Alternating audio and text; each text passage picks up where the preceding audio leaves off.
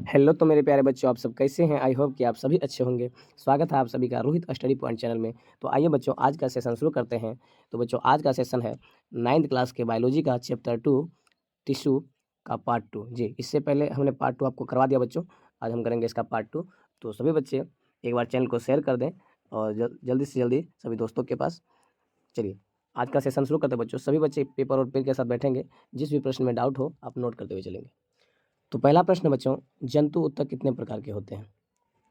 जी, जंतु ऊतक कितने प्रकार के होते हैं? आप सब जानते हैं तो कमेंट बॉक्स में जवाब दीजिए बच्चों। तो जंतु ऊतक कितने प्रकार के होते हैं बच्चों? तो जंतु ऊतक 4 प्रकार के होते हैं। कितने प्रकार के होते हैं? 4 प्रकार के होते हैं। आइए हम इन चारों का नाम बताते हैं आपको। नंबर 1 में होता है एपिथेलियम ऊतक,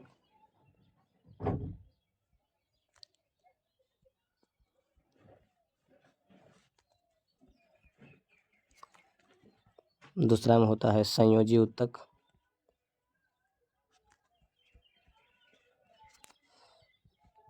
तीसरा नंबर में हो जाएगा पेशीय ऊतक,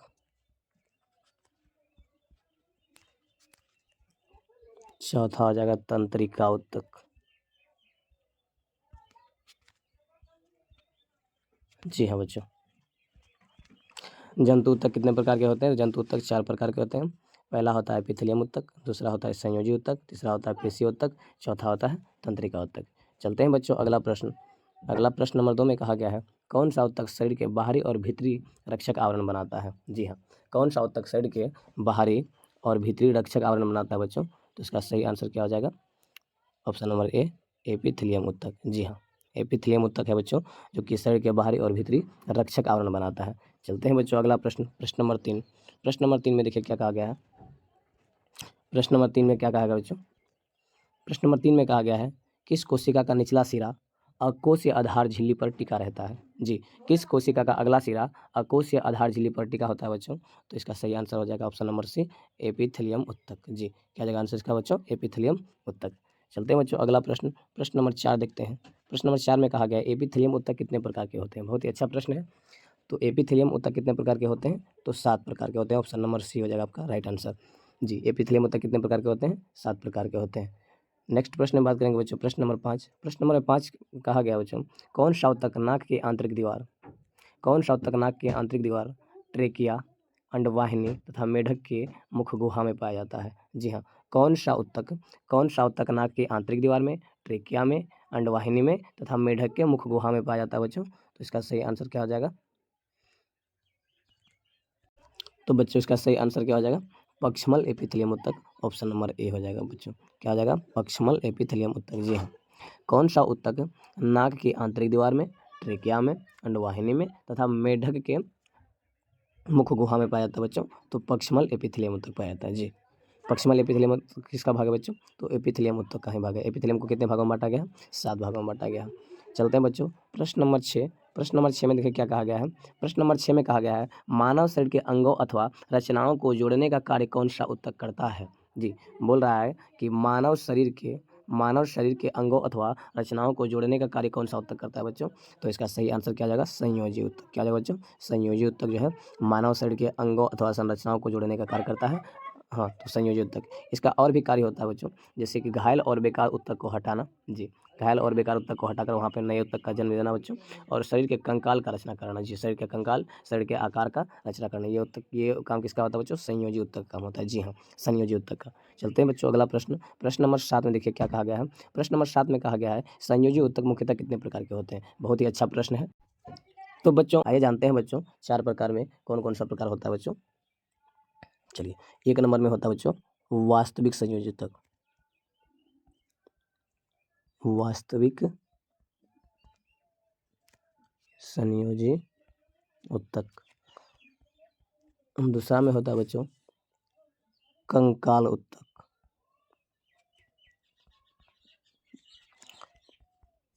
तीसरा में होता है बच्चों स्नायु या कंडरा। और चौथा में होता है तरल संयोजी ऊतक। जी हाँ, तो बच्चों संयोजी ऊतक मुख्यतः कितने प्रकार के होते हैं? तो संयोजी ऊतक मुख्यतः 4 प्रकार के होते हैं बच्चों। पहला होता है वास्तविक संयोजी ऊतक, दूसरा होता है कंकाल उत्तक, तीसरा होता है स्नायु या कंडरा, और चौथा होता है तरल संयोजी उत्तक। जी हाँ, आप सभी बच्चे कॉपी में प्रश्न को नोट डाउन करते चलेंगे, जो भी प्रश्न में डाउट लगेगा।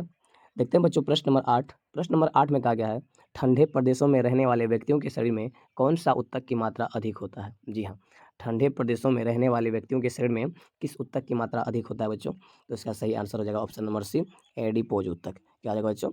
एडिपोज उत्तक हो जाएगा। जी, चलते हैं बच्चों प्रश्न नंबर 9 देखते हैं बच्चों। प्रश्न नंबर 9 में कहा गया है, जालवत उत्तक का आकार कैसा होता है और यह शरीर के कौन-कौन से अंग में पाए जाते हैं? जी, जालवत उत्तक का आकार कैसा होता है और यह शरीर के कौन-कौन से अंग में पाए जाते हैं बच्चों? तो जालवत उत्तक का आकार होता है आपका त्रिभुजाकार। ऑप्शन नंबर सी सही है बच्चों, त्रिभुजाकार होता है। कैसा होता है? त्रिभुजाकार। हाँ, जालवत उत्तक का आकार कैसा होता है? त्रिभुजाकार होता है और यह शरीर के प्लीहा में पाया जाता है, यकृत में पाया जाता है और अस्थिमज्जा में पाया जाता है। जी, जालवत उत्तक बच्चों प्लीहा, यकृत और अस्थिमज्जा में पाया जाता है। चलते हैं बच्चों अगला प्रश्न। प्रश्न नंबर 10 में देखिए क्या कहा गया है। प्रश्न नंबर 10 में कहा गया, कौन सा उत्तक शरीर के ढांचा यानी आकार का निर्माण करता है? जी, कौन सा उत्तक शरीर के ढांचा का निर्माण करता है? तो इसका सही आंसर हो जाएगा कंकाल उत्तक, ऑप्शन नंबर सी। जी हाँ, कौन सा उत्तक शरीर के ढांचा का निर्माण करता है? तो ऑप्शन नंबर सी कंकाल उत्तक करता है। जी, चलते हैं प्रश्न अगला प्रश्न में। प्रश्न नंबर 11 में देखिए क्या कहा गया है। प्रश्न 11 में कहा गया है, कौन सा उत्तक नाजुक अंगों जैसे मस्तिष्क, हृदय और फेफड़ों की सुरक्षा करता है? जी हाँ, कौन सा उत्तक नाजुक अंग जैसे मस्तिष्क, हृदय और फेफड़े का सुरक्षा करता है बच्चों? तो इसका सही आंसर क्या आ जाएगा? कंकाल उत्तक, ऑप्शन नंबर ए। जी हाँ, कंकाल उत्तक हमारे शरीर के नाजुक अंगों का रक्षा करता है। चलते हैं अगला प्रश्न। अगले प्रश्न में फिर कहा गया बच्चों, प्रश्न नंबर 12 है। प्रश्न 12 में कहा गया, कंकाल उत्तक को कितने भागों में बांटा गया है? बहुत ही अच्छा प्रश्न है। कंकाल उत्तक को कितने भागों में बांटा गया है?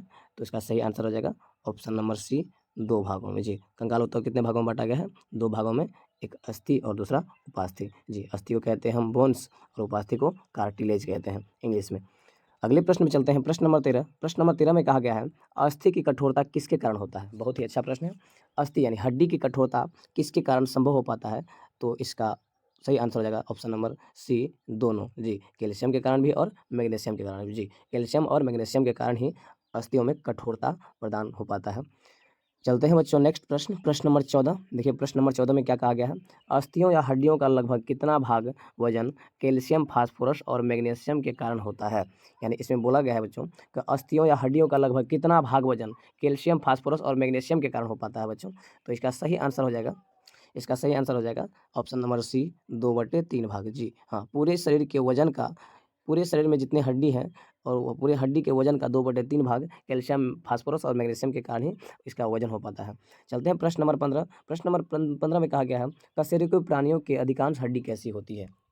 जी हाँ, कशेरुकी प्राणियों की अधिकांश हड्डी कैसी होती है? तो इसका सही आंसर हो जाएगा ऑप्शन बी, खोखली होती है। कैसी होती है बच्चों? खोखली होती है। जी हाँ, कशेरुकी प्राणियों का अधिकांश हड्डी कैसा होता है बच्चों? तो खोखला होता है। हाँ, चलते हैं अगला प्रश्न। प्रश्न नंबर 16। प्रश्न नंबर 16 में कहा गया है, कशेरुकी प्राणियों की बाहरी झिल्ली को क्या कहते हैं? जी, कशेरुकी प्राणियों की बाहरी झिल्ली को क्या कहते हैं? देख सकते हैं आप, आंसर दिया हुआ है, पेरिओस्टियम कहते हैं। क्या कहते हैं बच्चों? पेरिओस्टियम कहते हैं। जी, चलते हैं अगला प्रश्न। प्रश्न नंबर 17। प्रश्न नंबर 17 में कहा गया है, कशेरुकी प्राणियों की आंतरिक झिल्ली को क्या कहते हैं? जी, कशेरुकी प्राणी के बाहरी झिल्ली को हमने क्या कहा? पेरिओस्टियम। तो दूसरे ही सवाल है बच्चों, कशेरुकी प्राणियों के आंतरिक झिल्ली को अब क्या कहते हैं? तो एंडोस्टियम कहते हैं। क्या कहते हैं बच्चों? एंडोस्टियम कहते हैं। जी, क्या कहते हैं? एंडोस्टियम कहते हैं। नेक्स्ट प्रश्न, प्रश्न नंबर 18। प्रश्न 18 में देखिए क्या कहा गया है। प्रश्न 18 में कहा गया है, कौन सा उत्तक स्थिति उत्तक की अपेक्षा मुलायम और लचीला होता है? जी, कौन सा उत्तक अस्थि उत्तक की अपेक्षा, सॉरी अस्थि उत्तक बोल रहा है बच्चों, कौन सा उत्तक अस्थि उत्तक यानी हड्डी जो अस्थि जो होता है बच्चों, अस्थि वाले उत्तक की अपेक्षा मुलायम और लचीला होता है? तो इसका सही आंसर उपास्थि उत्तक बच्चों। उपास्थि जिसको कहते हैं कार्टिलेज। जी, जो हमारे कानों में और हमारे नाकों और हमारे किस अंग में पाए जाते हैं बच्चों? कान में पाए जाते हैं, नाक में पाए जाते हैं और ट्रेकिया में भी पाया जाता है उपास्थि। जी, और ये सभी उत्तक जो है बच्चों, अस्थि उत्तक की अपेक्षा मुलायम और लचीला भी होता है। जी, अगला प्रश्न देखते हैं। प्रश्न नंबर 19। प्रश्न नंबर 19 में कहा गया है, कौन सा उत्तक हड्डियों के जोड़ों, नाक, कान तथा ट्रेकिया में पाए जाते हैं? अभी अभी हमने आपको बताया बच्चों कि कौन सा उत्तक हड्डियों के जोड़ों, नाक, कान और ट्रेकिया में पाया जाता है? तो उपास्थि, जिसको इंग्लिश में कहते हैं कार्टिलेज। जी बच्चों, ये उत्तक जो है बच्चों हमारे मुलायम अंगों में पाया जाता है, जैसे कान में, नाक में और ट्रेकिया में। देखते हैं बच्चों प्रश्न नंबर 20। प्रश्न नंबर 20 में कहा गया है, किस उत्तक को कॉन्ड्रियोब्लास्ट उत्तक कहते हैं? बहुत ही अच्छा प्रश्न है। किस उत्तक को कॉन्ड्रियोब्लास्ट उत्तक कहते हैं बच्चों? तो उपास्थि उत्तक को यानी कार्टिलेज को। कार्टिलेज को क्या कहते हैं बच्चों? कॉन्ड्रियोब्लास्ट उत्तक कहते हैं। चलते हैं अगला प्रश्न। प्रश्न नंबर 21 में कहा गया है, एक हड्डी को दूसरे हड्डी से जोड़ने का काम कौन करता है? बहुत ही अच्छा प्रश्न है, VVI प्रश्न है बच्चों। ये प्रश्न बार-बार कॉम्पिटिशन एग्जाम में भी पूछा जाता है कि एक हड्डी को दूसरे हड्डी से जोड़ने का कार्य कौन सा ऊतक करता है? तो स्नायु बंधन करता है बच्चों, यानी इसको इंग्लिश में कहेंगे हम लिंगामेंट। क्या कहेंगे बच्चों? लिंगामेंट। जी हाँ, एक हड्डी को दूसरे हड्डी से, या फिर ऐसे भी प्रश्न पूछेगा, हड्डी को हड्डी से जोड़ने का कार्य कौन सा ऊतक करता है? तो स्नायु बंधन हिंदी में, और इसका इंग्लिश में नाम हो जाएगा लिंगामेंट। बच्चों हिंदी और इंग्लिश दोनों पूछा जाता है, इसलिए आप दोनों ही याद कर लीजिएगा। जी, हड्डी को हड्डी से जोड़ने का कार्य करता है स्नायु बंधन या फिर लिंगामेंट। अगला प्रश्न देखते हैं। अगला प्रश्न में कहा गया है, कौन सा ऊतक मांसपेशियों को हड्डी से जोड़ता है? जी, इससे पहले हमने बताया आपको, हड्डी से हड्डी को जोड़ने का काम करता है लिंगामेंट यानी स्नायु बंधन ऊतक। और यहाँ पे प्रश्न बोला गया है, कौन सा ऊतक मांसपेशी को हड्डी से जोड़ता है? जी, हमारे शरीर में मांसपेशी को हड्डी से जोड़ने का कार्य करता है, कौन सा ऊतक करता है? तो ये करता है बच्चों कंडरा। क्या कहता है बच्चों? कंडरा करता है, इसको इंग्लिश में कहते हैं टेंडन। जी, इंग्लिश और हिंदी दोनों ही इंपॉर्टेंट है एग्जाम की दृष्टि से, तो आप लोग सभी को दोनों ही क्वेश्चन को नोट डाउन कीजिएगा। तो कौन सा ऊतक मांसपेशियों को हड्डी से अलग जोड़ने का कार्य करता है बच्चों? हाँ, मांसपेशियों को हड्डी से जोड़ने का कार्य कौन सा ऊतक करता है? तो कंडरा करता है बच्चों। कौन करता है? कंडरा करता है, जिसको इंग्लिश में कहेंगे टेंडन। जी हाँ। अगला प्रश्न देखते हैं, प्रश्न नंबर 23। प्रश्न नंबर 23 में कहा गया है, किस ऊतक को परिवहन ऊतक भी कहते हैं? तो बच्चों किस ऊतक को परिवहन ऊतक कहते हैं? सही आंसर इसका क्या होगा बच्चों? तरल संयोजी ऊतक को। जी, तरल संयोजी ऊतक को कौन सा ऊतक कहते हैं बच्चों? परिवहन ऊतक भी कहते हैं। प्रश्न नंबर 24 देखेंगे। प्रश्न नंबर 24 में कहा गया है, रक्त यानी ब्लड, रक्त किस प्रकार का ऊतक है? तो रक्त किस प्रकार का ऊतक है? तो तरल संयोजी ऊतक है। रक्त किस प्रकार का ऊतक है? तो तरल संयोजी ऊतक है। अगला प्रश्न देखेंगे, प्रश्न नंबर 25। प्रश्न 25 में कहा गया है, रक्त किससे मिलकर बना होता है? बहुत अच्छा प्रश्न है। रक्त किससे मिलकर बना होता है? आप देख सकते हैं आंसर दिया हुआ है, प्लाज्मा और रक्त कोशिका से मिलकर बना होता है। किससे बना होता है बच्चों? प्लाज्मा और रक्त कोशिका से मिलकर बना होता है। जी हाँ। अगले प्रश्न में चलते हैं। प्रश्न नंबर 26। प्रश्न 26 में कहा गया है, रक्त में कितने प्रकार की रक्त कोशिकाएं पाई जाती है? बहुत इंपॉर्टेंट क्वेश्चन है। जी, बोला गया है, रक्त में कितने प्रकार के रक्त कोशिकाएं पाई जाती है? तो आप देख सकते हैं आंसर दिया हुआ है यहाँ पर, 3 प्रकार के पाए जाते हैं। कितने प्रकार के बच्चों? 3 प्रकार के पाए जाते हैं। नंबर 1 को कहते हैं लाल रक्त कोशिका, दूसरे को कहते हैं श्वेत रक्त कोशिका, और तीसरे को कहते हैं प्लेटलेट्स या थ्रोम्बोसाइट। जी, अगला प्रश्न देखते हैं। प्रश्न नंबर 27। प्रश्न नंबर 27 में देखिए बच्चों क्या कहा गया है। प्रश्न नंबर 27 कहा गया है, लाल रक्त कोशिका का रंग कैसा होता है? बहुत ही अच्छा क्वेश्चन है। लाल रक्त कोशिकाओं का जी, लाल रक्त कोशिकाओं का रंग कैसा होता है बच्चों? तो लाल रक्त कोशिकाओं का रंग, सभी बच्चे यहाँ पर मारेंगे लाल। हम कहेंगे बच्चों लाल नहीं होता है। लाल रक्त कोशिकाओं का रंग कैसा होता है बच्चों? तो पीला होता है। कैसा होता है? पीला। इसका सही आंसर क्या हो जाएगा? पीला।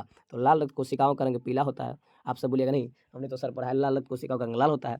तो बच्चों लाल रक्त कोशिकाओं का रंग एक्चुअली में पीला होता है। जब उसमें हीमोग्लोबिन नामक रंजक पदार्थ मिला जाता है बच्चों, तब वो उसका रंग क्या होता है? लाल होता है। तो लाल रक्त कोशिकाओं में रक्त का रंग लाल तब होता है जब उसमें हीमोग्लोबिन नामक रंजक पाया जाता है। तो लाल रक्त कोशिकाओं का रंग एक्चुअली में अगर कहा जाए तो पीला होता है बच्चों। कैसा होता है? पीला होता है। हाँ, जब उसमें हीमोग्लोबिन की मात्रा हो जाता है बच्चों, तो वह रंग क्या हो जाता है? लाल में बदल जाता है। पीला रंग किसमें बदल जाता है? लाल में बदल जाता है। जब तक हीमोग्लोबिन नहीं पाया जाएगा तब तक उसका रंग क्या होगा बच्चों? लाल रक्त का पीला होगा। चलते हैं अगले प्रश्न में बच्चों। प्रश्न नंबर 28 में कहा गया है, किसकी उपस्थिति के कारण रक्त का रंग लाल होता है? जी, अब देखिए यहाँ प्रश्न में कहा गया है, किसके उपस्थिति के कारण, किसके उपस्थिति के कारण रक्त का रंग लाल होता है? तो इसका सही आंसर क्या हो जाएगा? हीमोग्लोबिन की उपस्थिति। जी, हीमोग्लोबिन के कारण ही खून का रंग क्या होता है बच्चों? लाल होता है। जी, अगर हीमोग्लोबिन नहीं पाया जाएगा तो खून का रंग कैसा होता है बच्चों? पीला होता है, जो अभी अभी हमने आपको बताया। तो हीमोग्लोबिन की उपस्थिति के कारण ही रक्त का रंग क्या होता है बच्चों? लाल होता है। हाँ, चलिए अगर अगले प्रश्न में चलते हैं बच्चों। प्रश्न नंबर 29 में क्या गया है, रक्त में ऑक्सीजन का परिवहन कौन करता है? बहुत अच्छा प्रश्न है। तो रक्त में ऑक्सीजन का परिवहन कौन करता है? देख सकते हैं आप, आंसर दिया गया है बच्चों, रक्त में ऑक्सीजन का परिवहन करता है हीमोग्लोबिन नामक रंजक। कौन करता है? हीमोग्लोबिन नामक रंजक करता है। चलते हैं अगले प्रश्न में बात करते हैं। प्रश्न नंबर 30 में कहा गया है, लाल रक्त कोशिकाओं को और किस नाम से जानते हैं? जी, लाल रक्त कोशिकाओं को और किस नाम से जानते हैं? आप देख सकते हैं आंसर दिया गया है। आंसर में दिया गया है, लाल रक्त कोशिकाओं को किस नाम से जानते हैं? तो एरिथ्रोसाइट के नाम से जानते हैं। किस नाम से जानते हैं बच्चों? एरिथ्रोसाइट के नाम से जानते हैं। लाल रक्त कण का जीवन काल होता है बच्चों 20 से लेकर 120 दिन तक। 20 से लेकर 120 दिन तक होता है। जी हाँ। तो बच्चों लाल रक्त कण का जो जीवन काल होता है बच्चों कितने दिन का होता है? 20 से लेकर 120 दिन का होता है बच्चों। अगला प्रश्न में बात करेंगे। प्रश्न नंबर 31 में कहा गया है, कौन से रक्त कोशिकाएं रंगहीन और अनियमित आकार के होते हैं? जी, कौन से रक्त कोशिकाएं रंगहीन भी होता है और अनियमित आकार का होता है? तो इसका सही आंसर हो जाएगा श्वेत रक्त कोशिका। आप लोग देख सकते हैं श्वेत रक्त कोशिका का आकार अनियमित होता है और ये बच्चों रंगहीन भी होता है। जी, और श्वेत रक्त का जीवन काल बच्चों कितने दिन का होता है? 3 से लेकर 4 दिन का होता है। ये 3 से 4 दिन, या फिर आप कह सकते हैं 8 से 10 दिन के बीच में ही होता है। ऑप्शन के अनुसार डिपेंड करेगा बच्चों क्या होगा आंसर इसका। तो बच्चों श्वेत रक्त कोशिका का जो बच्चों आकार होता है अनियमित होता है और इसका जीवन काल 3 से 4 दिन या फिर 8 से 10 दिन ऑप्शन के अनुसार डिफाइन करेगा। क्या होगा इसका आंसर? चलते हैं अगले प्रश्न में बच्चों। अगले प्रश्न में क्या कहा गया है? प्रश्न नंबर 32 में कहा गया बच्चों, कौन सा रक्त मानव शरीर के बाहरी आक्रमणों से रक्षा करता है? जी, बोला गया है कौन सा रक्त मानव शरीर के बाहरी आक्रमणों से रक्षा करता है? तो इसका सही आंसर क्या हो जाएगा बच्चों? श्वेत रक्तकण। जी, श्वेत रक्तकण मानव शरीर के बाहरी आक्रमणों से क्या करता है बच्चों? रक्षा करता है। श्वेत रक्तकण का जीवन काल अभी हमने आपको बताया 3 से 4 दिन या फिर आप कह सकते हैं 8 से 10 दिन का होता है। जी, अगला प्रश्न में देखते हैं बच्चों। अगला प्रश्न नंबर 33 में कहा गया है, श्वेत रक्त कोशिका को किस नाम से जानते हैं? जी, इससे पहले हमने आपको बताया लाल रक्त कोशिका को किस नाम से जानते हैं? तो लाल रक्त कोशिका को एरिथ्रोसाइट के नाम से जानते हैं और यहाँ पे दिया गया श्वेत रक्त कोशिका को किस नाम से जानते हैं बच्चों? तो देख सकते हैं आप आंसर दिया गया है ल्यूकोसाइट। जी, श्वेत रक्त कोशिका को किस नाम से जानते हैं? ल्यूकोसाइट के नाम से जानते हैं। अगला प्रश्न में बात करेंगे प्रश्न नंबर 35। प्रश्न 35 में कहा गया है, कौन सा रक्त कोशिका कोशिकाओं में अमीब गति कराता है? जी, कौन सी रक्त कोशिका कोशिकाओं में अमीब गति कराता है? तो इसका सही आंसर हो जाएगा श्वेत रक्त कोशिका या श्वेत रक्त कण भी कहते हैं इसको, व्हाइट ब्लड सेल। जी, चलते हैं बच्चों प्रश्न नंबर 36। प्रश्न नंबर 36 में कहा गया है, रक्त को थक्का बनाने में कौन मदद करता है? बहुत ही अच्छा प्रश्न है कि रक्त को थक्का यानी जमने में कौन मदद करता है? तो प्लेटलेट्स या बिम्बाणु बच्चों। कौन करता है रक्त को थक्का बनाने में मदद? प्लेटलेट्स या बिम्बाणु। जी, अगले प्रश्न में बात करेंगे बच्चों प्रश्न नंबर 38। प्रश्न नंबर 38 में कहा गया है, कौन सा तरल पदार्थ शरीर की कोशिकाओं के चारों तरफ पाया जाता है? जी, कौन सी तरल पदार्थ शरीर की कोशिकाओं के चारों तरफ पाया जाता है? तो इसका सही आंसर आप देख सकते हैं लसिका होगा। क्या हो जाएगा बच्चों? लसिका। जी, लसिका तरल पदार्थ जो है शरीर के कोशिकाओं के चारों तरफ पाया जाता है। अगले प्रश्न में बात करेंगे बच्चों प्रश्न नंबर 39, कौन तरल पदार्थ से रक्त मिलता-जुलता है लेकिन वह रंगहीन होता है? बच्चों क्वेश्चन बोला जा रहा है, कौन तरल पदार्थ रक्त से मिलता-जुलता है? बोल रहा है कौन सा तरल पदार्थ रक्त की तरह होता है, रक्त से मिलता-जुलता है लेकिन यह रंगहीन होता है बच्चों। क्या होता है ये? रंगहीन होता है। तो इसका सही आंसर हो जाएगा लसिका। क्या हो जाएगा बच्चों? लसिका। जी हाँ। चलते हैं बच्चों अगले प्रश्न नंबर 40। प्रश्न नंबर 40 में कहा गया है, पेशी ऊतक के रेशे में संकुचनशील द्रव पाया जाता है। ध्यान से सुनिएगा बच्चों क्या कहा गया है? बोल रहा है पेशी ऊतक के रेशे में संकुचनशील द्रव पाया जाता है। उसे संकुचनशील द्रव को क्या कहते हैं? यानी उस संकुचनशील द्रव को क्या कहते हैं? उस संकुचनशील द्रव को क्या कहते हैं? तो इसका आंसर हो जाएगा देख सकते हैं आप सार्कोप्लाज्मा। क्या कहते हैं बच्चों? तो सार्कोप्लाज्मा कहते हैं। जी हाँ, पेशी ऊतक के रेशे में संकुचनशील द्रव पाया जाता है। उस संकुचनशील द्रव को क्या कहते हैं? तो सार्कोप्लाज्मा कहते हैं। प्रश्न 41 में बोला गया बच्चों, देखते हैं प्रश्न 41। प्रश्न 41 में कहा गया पेशी ऊतक को कितने भागों में बाँटा गया है? जी, पेशी ऊतक को कितने भागों में बाँटा गया है? तो आप देख सकते हैं आंसर दिया हुआ है, पेशी ऊतक को 2 भागों में बाँटा गया है बच्चों। कितने भागों में बाँटा गया है? 2 भागों में। एक ऐच्छिक पेशी और दूसरा अनैच्छिक पेशी। जो ऐच्छिक पेशी और अनैच्छिक पेशी, पेशी ऊतक को कितने भागों में बाँटा गया है? तो 2 भागों में बाँटा गया है, ऐच्छिक पेशी और अनैच्छिक पेशी। देखते हैं बच्चों प्रश्न नंबर 42। प्रश्न नंबर 42 में क्या कहा गया है? प्रश्न 42 में कहा गया है, जो पेशी हमारे इच्छा के अनुसार काम करता है। जी, जो हमारे इच्छा के अनुसार काम करता है, उस पेशी को हम क्या कहते हैं बच्चों? तो ऐसे पेशी जो हमारे इच्छा के अनुसार काम करता है, ऐसे पेशी को हम कहते हैं ऐच्छिक पेशी। जी, ऐच्छिक पेशी कहाँ-कहाँ पाया जाता है बच्चों? हाथ में पाया जाता है, पैर में पाया जाता है, मुँह में पाया जाता है। हाँ, मुँह में पाया जाता है बच्चों। जी, तो इस प्रकार की पेशी को हम ऐच्छिक पेशी कहते हैं क्योंकि हाथ हमारे चाहने पे चलता है, हाथ हमारे चाहने पे कोई काम करेगा, पैर हमारे चाहने पे चलेगा, हम दौड़ेंगे तो दौड़ सकते हैं, चाहे तो नहीं दौड़ सकते हैं। मुँह अगर हम चाहे तो बोल सकते हैं, नहीं चाहे तो नहीं बोल सकते हैं। तो ऐसी पेशी जो हमारे बस में काम करे बच्चों, हमारे हित में काम करे, हमारे कहने के बाद काम करे, वैसी पेशी को हम बोलेंगे ऐच्छिक पेशी। और जो हमारे अनुसार यानी हमारे अकॉर्डिंग काम ना करे बच्चों, उस प्रकार की पेशी को बोलते हैं हम अनैच्छिक पेशी। देखेंगे हम आगे। हाँ, जो पेशी हमारे इच्छा के विरुद्ध काम करे। जी हाँ, हमारे सोचने पर या हमारे कहने के बाद भी वो काम करना बंद ना करे बच्चों, तो ऐसी पेशी को हम बोलते हैं अनैच्छिक पेशी। क्या बोलते हैं बच्चों? अनैच्छिक पेशी। जी, जो पेशी हमारे इच्छा के विरुद्ध यानी हमारे अनुसार काम नहीं करता हो, उस पेशी को हम बोलते हैं अनैच्छिक पेशी। जैसे में कि बच्चों हृदय, हाँ, क्या हो गया बच्चों? हृदय हो गया, आँत हो गया, ये सब क्या है बच्चों? अनैच्छिक पेशी। जैसे पलक हो गया, पलक। जी, हमारे आँखों का पलक जो है, ये भी अनैच्छिक पेशी के अंतर्गत आता है बच्चों।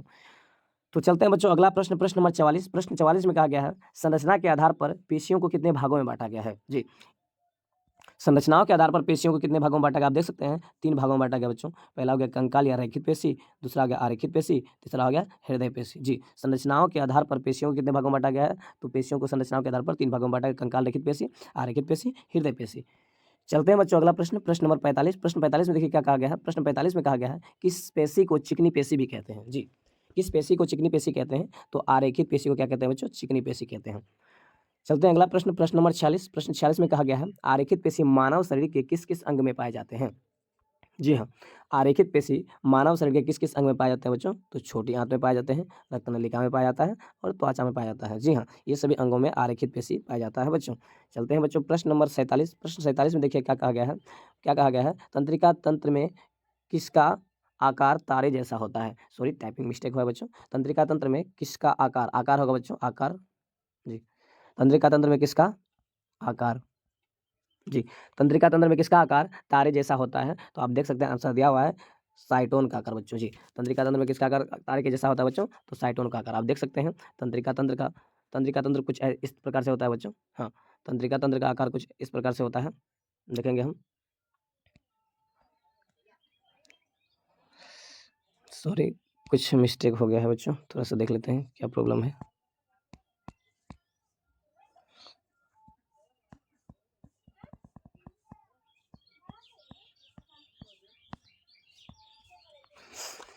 तो कहते बच्चों तंत्रिका तंत्र का आकार कैसा होता है?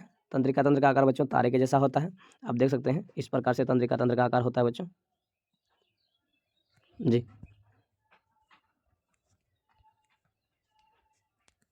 यहाँ पे केंद्रक पाया जाता है बच्चों, ये आपका डेंड्रॉइस निकला हुआ रहता है, इसको डेंड्राइट्स कहते हैं बच्चों। और ये आपका जो लंबा सिरा है बच्चों, इसको क्या कहते हैं बच्चों? इसको हम क्या कहते हैं? एक्सॉन। क्या कहते हैं? एक्सॉन कहते हैं जी। इसको डेंड्राइट्स कहते हैं और ये डेंड्रोन है। यहाँ जगह शॉर्ट है बच्चों, इसलिए हम नाम नहीं लिख सकते हैं। तो बच्चों तंत्रिका तंत्र का आकार कैसा होता है बच्चों? जी, तंत्रिका तंत्र का आकार बच्चों तारे के जैसा होता है और ये है साइटोन। इसका नाम क्या है बच्चों? इसका नाम क्या है आपका? साइटोन है। ये है साइटोन। तंत्रिका तंत्र में साइटोन किसे कहते हैं बच्चों? तो ये है साइटोन जी।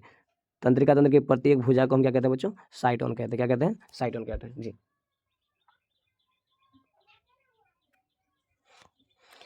चलते हैं बच्चों अगला प्रश्न।